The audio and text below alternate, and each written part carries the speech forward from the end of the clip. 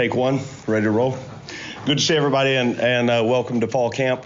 Excited to see you guys here, and thanks for your coverage of our team and our program. I'll say it a couple times, I think. I hope I remember to do it.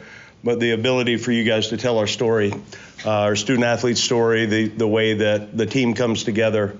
We've got 112 players, and we've got a lot of unique individuals, which I think the game of football you look at in a number of ways, and the vehicle we have to come together as a team, and the greatest team sport there is, and for you guys to be able to tell that story, not only through fall camp, but throughout the season. I appreciate it and respect the job that you do, and thank you for everything you do for our program. Certainly excited to get the team on the field for the first day. If you look at the measurables of speed, strength, quickness, change of direction, explosiveness, we're substantially better than we were last year at this time. We're starting to look more like some of the things, the development of our program is showing up, some of the recruiting that we've been able to do, the work that the kids have put in. We're deeper at positions that we needed to be, and we're direct about that in the offseason. And then the work that they did from January 16th when we started back until today. We're a fast football team. I think we've got great explosive numbers. In the measurables we do, from vertical jump to power clean to the 10-yard dash, 20-yard dash, some of those things. Change of direction. Excited about being able now to take those measurables and put into the opportunity to field the team and finding the best 11, and then the next 22, what that looks like, and then on down the line. Great competitive spirit today in the first day. Put a lot on them. We went through the install, both sides, offense and defense, 2 days ago, and just for day one, we're well advanced of maybe where I've been in previous years because of the work that our coaching staff was able to do this summer, which is a great credit to them. And then our kids have retained a lot of information. And, you know, there were times that we were a young team in a lot of ways last year. I feel like we're an older, much more mature team as far as football IQ. And so I think we've progressed a little bit in that area on where we need to be as far as our install goes for day one.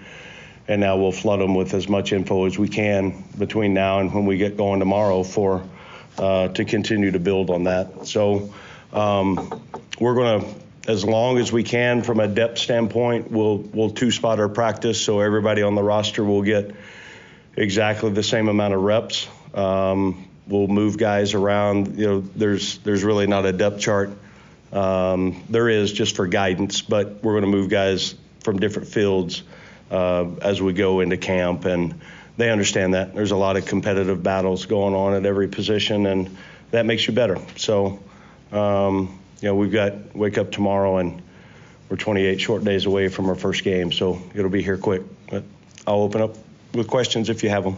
Coach, I wanted to ask you, the quarterbacks are coming in. Have you given any thought to a two-quarterback system this upcoming season? I think it would be, I've done that before in my career, but I think it would be too early to say yes to that until we see some substantial work. And I like the skill set of the three guys that are, you know, coming in today to visit with you guys, and it'll be a great competitive fall, but not only at, you know, fall camp, but not only at that position. I mean, at receiver and DB, and there's a lot of roster spots up for grabs. And our goal as a staff, no matter if it's a quarterback position, offensive line, whatever it is, you've got to get as many guys as you can in position to play winning football.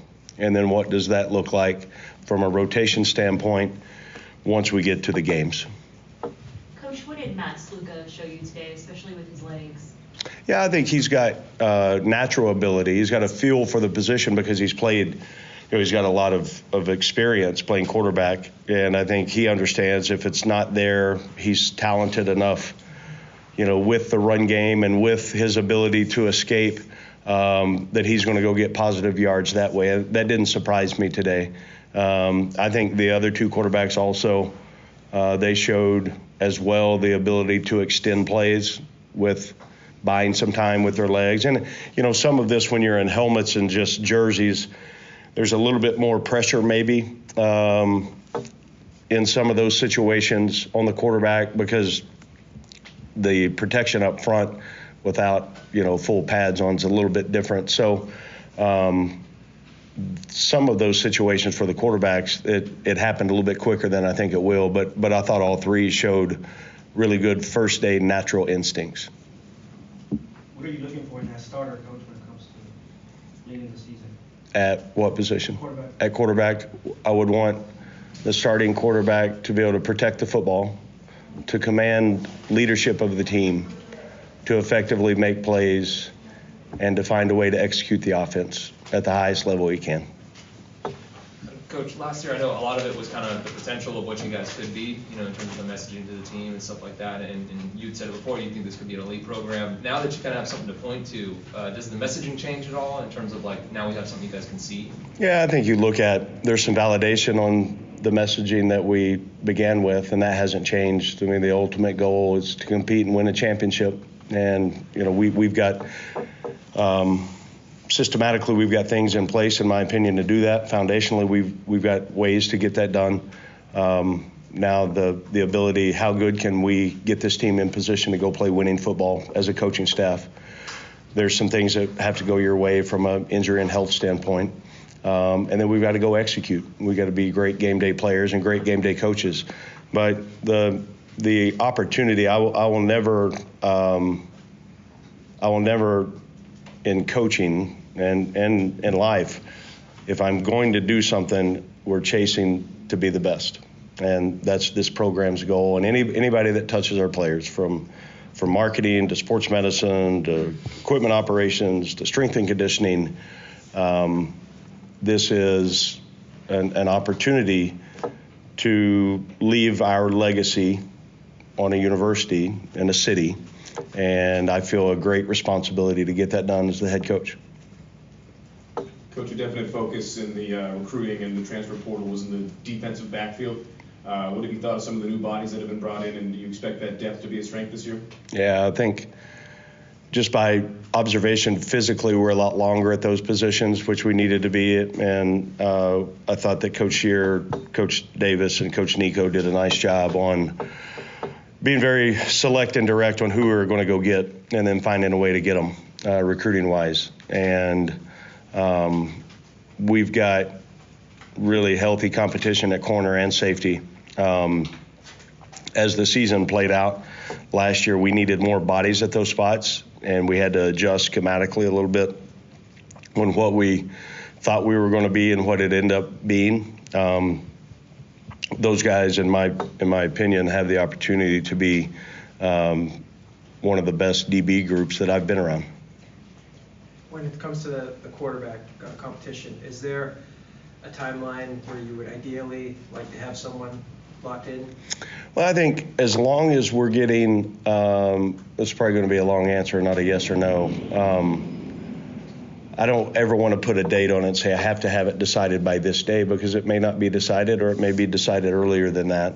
I don't know that that would be fair to my team if I said, hey, by 2 weeks from now we're going to have a starter decided. So I think it'll play out the way we've got the rotation scripted on the number of plays that they're getting. It's equal. Now we've got to look at what groups are they going with when they make those plays or make those mistakes, evaluate it all, and then make a decision as a staff and myself what we think gives us a chance to play the best winning football. Coach, you talk about the veterans on your squad, Ricky White, KB, Jacob De Jesus, and you even talked about in the spring game you wanted to get them more involved and build more packages for them to run and receive the football. What is UNLV going to do to get them more involved this season and really utilize them? I think you look at what we did last year offensively. Every week there was maybe a player that ended up with more targets for whatever reason. That went into the game plan on what we thought we could exploit from the other side. So that'll be no different this year. I think we would be wise to look at getting our playmakers the ball as many times as possible. And then how do you do that? I think there were times that, just to get De Jesus a couple more touches last year. Put him in the backfield at running back.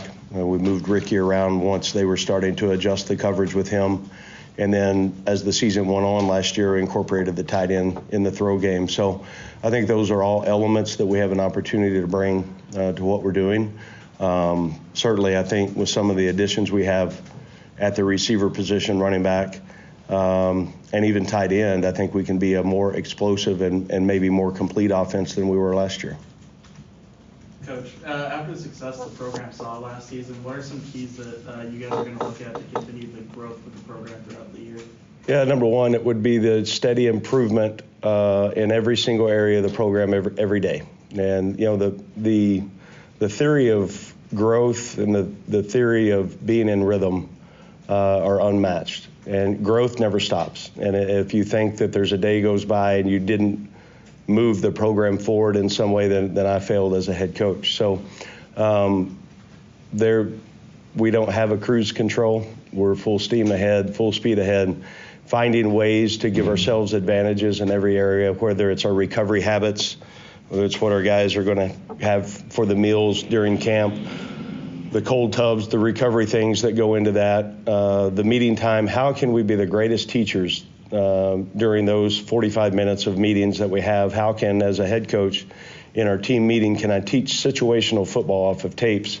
How can we do that to make our team better? So the idea of relaxing because we had a few wins last year, that stopped about on the bus ride to the airport after our bowl game. And then it was, okay, how do we make this team better going into 2024? So I believe our team is hungry.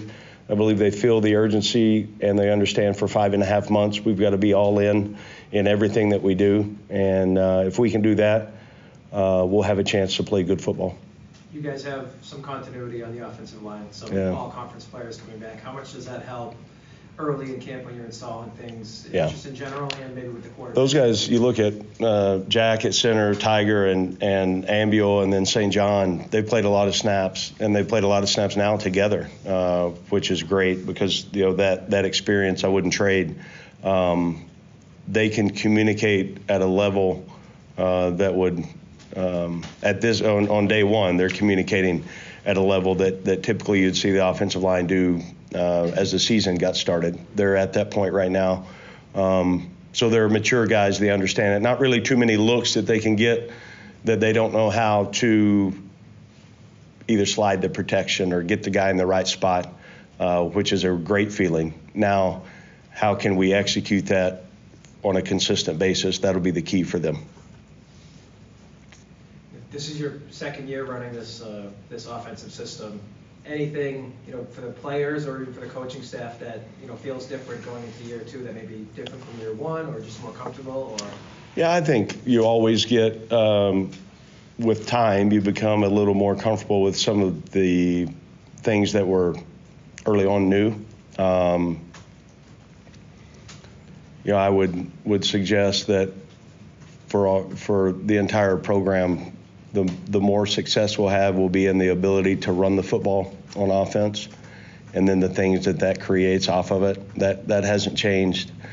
And then it's been fun to be able to see how the offense has evolved around the personnel that we've been able to bring in. And I've got a lot of faith in our assistant coaches and for them to be able to build the offense or the defense, kicking game schematically. It's been fun to be a part of.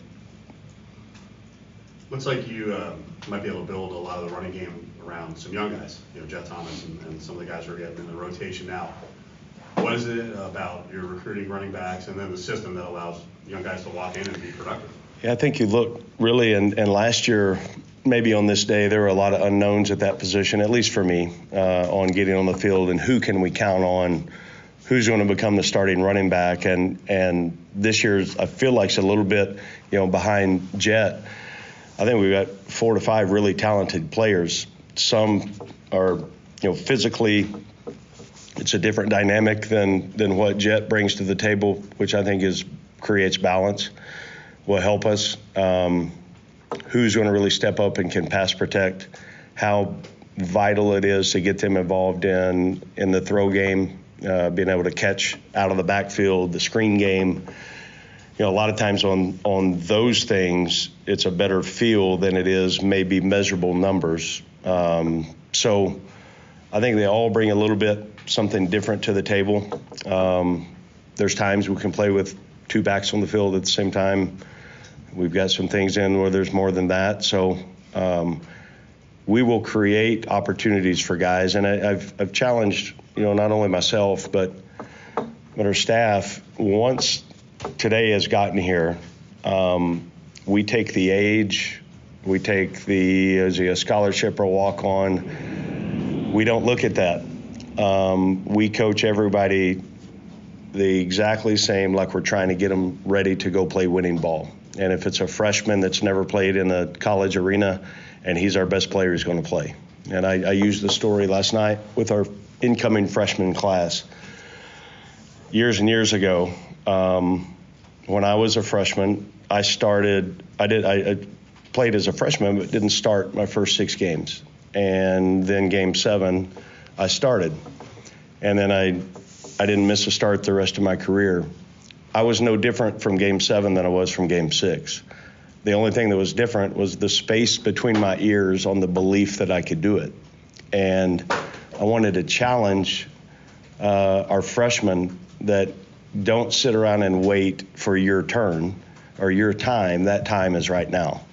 And I hope that made sense to them. But it was, something that I learned a long time ago in coaching. As soon as you put a restriction on a player because of his age, or then you're cheating your team. And just coach them and teach them and get them ready to go play at a high level. And when you do that, it takes a lot of, it instills, in my opinion, a lot of belief in the player that they're here for a reason and they can go do it. I also told them, this is a side note, it wasn't a question, but every player in the program at some point has considered quitting football. I tried. We went as a freshman every year. Larry Smith was my head coach, and we would do like 10 days of 2-a-days on campus, and then we'd go for a week to Wentworth Academy. It was up by Kansas, north of Kansas City. Nothing but corns and soybean forever. And I bet it was 190 degrees every day.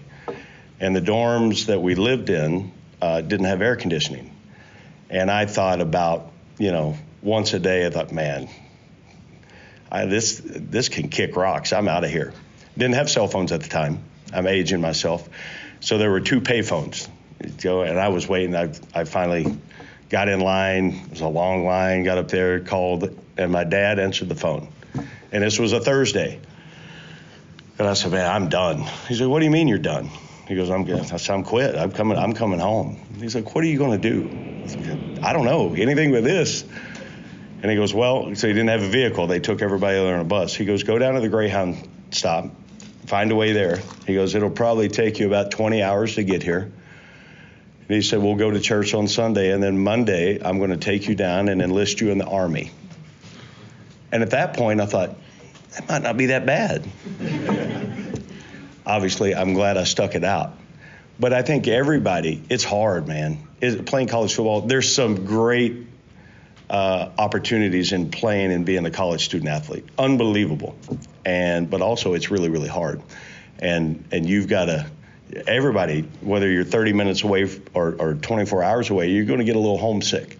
And that's part of camp too. Got to be a great teammate. One of our goals as a team is to become the best teammate you can be. Be the greatest teammate there is.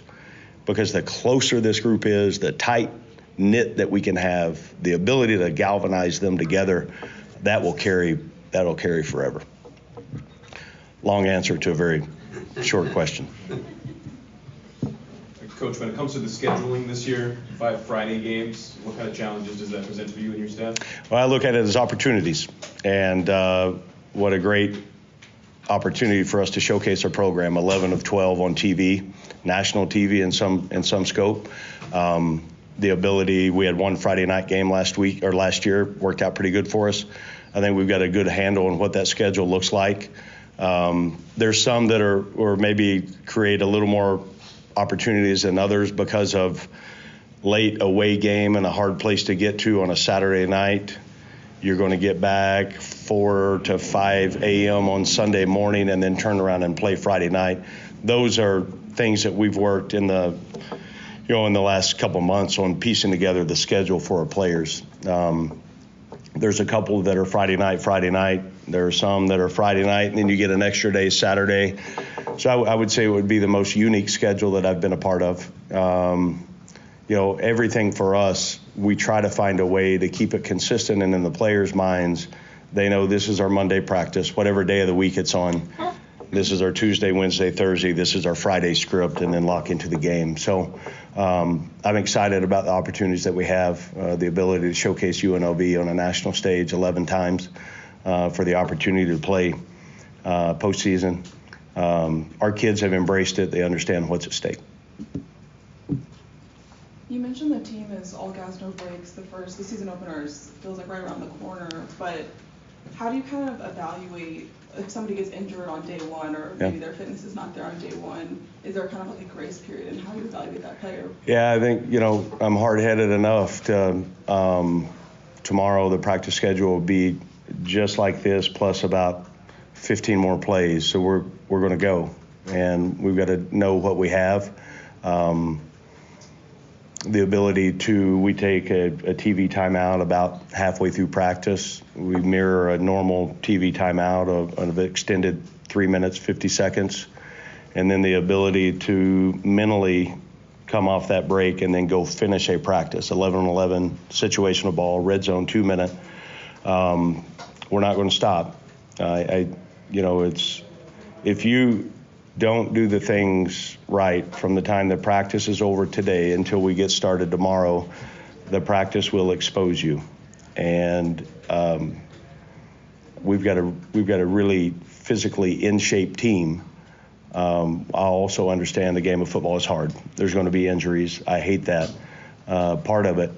But that's also a reason why we structure our practice the way that we do, that everybody is getting coached and trained, because at some point your number is going to get called.